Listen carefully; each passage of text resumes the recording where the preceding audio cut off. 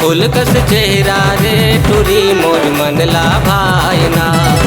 तोर मुझ मुझ हंसना रे टूरी मोर मन ला भायना। नैना के बाण चला के ते मोला, नैना के बाण चला के ते मोला कर डारे हला खान टूरी मोर मन ला भायना। तोरी मीठी मीठी बोली हरी राजा मोर मन ला भायना।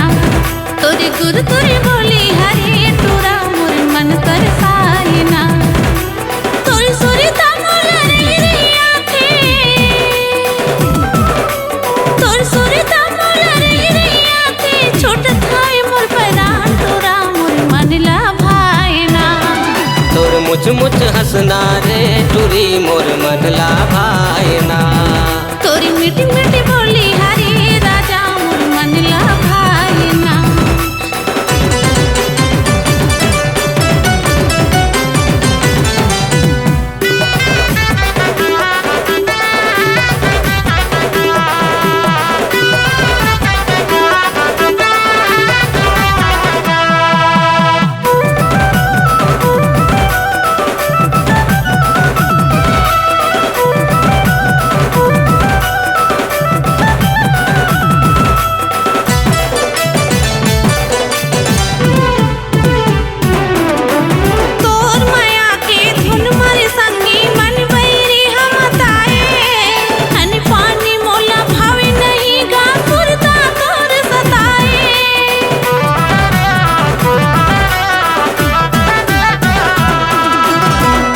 प्रीत के जादू रे संगी निंदिया मोर उड़ाए।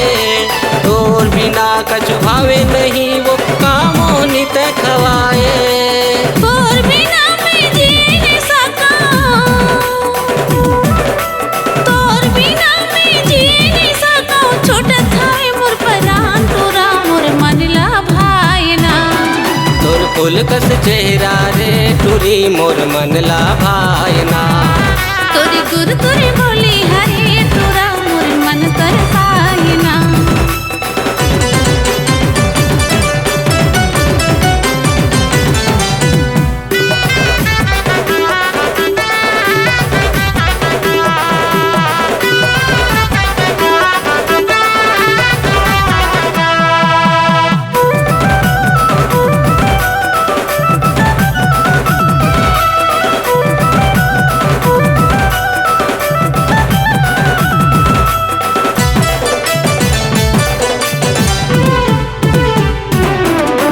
पानी बिना जैसे मछली तड़पे बिन बादर के मयूर।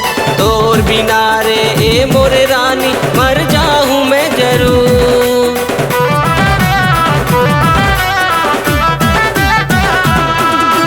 सोलह सिंगार करके राजा रास्ता देखा था तो डोली सजा के आजा भी संगी अंगना माते हम। तय कहूँ मौला दगा दे बेटा, तय कहूँ मौला दगा दे बेटा नहीं राखूं मोर परान टूरी मोर मन ला भायना। तोरी मीठी मीठी बोली हरी राजा मोर मन ला भायना। तोर मुझ मुझ हंसना रे टूरी मोर मन ला भायना। तोरी सोरी तामोल रे रिया थे, तोरी सोरी तामोल रे रिया थे छोट थाए मोर परान टूरा मोर मन ला भायना। तोर फूल कस चेहरा रे टूरी मोर मन ला भायना। तोरी गुर तोरी बोली हरी टूरा मोर मन तरसायना। तोर मुझ मुझ हंसना रे टूरी मोर मन ला भायना। तोरी गुर तोरी बोली हरी टूरा मोर मन तरसायना। तोर फूल कस चेहरा रे टूरी मोर मन ला भायना। तोरी गुर तोरी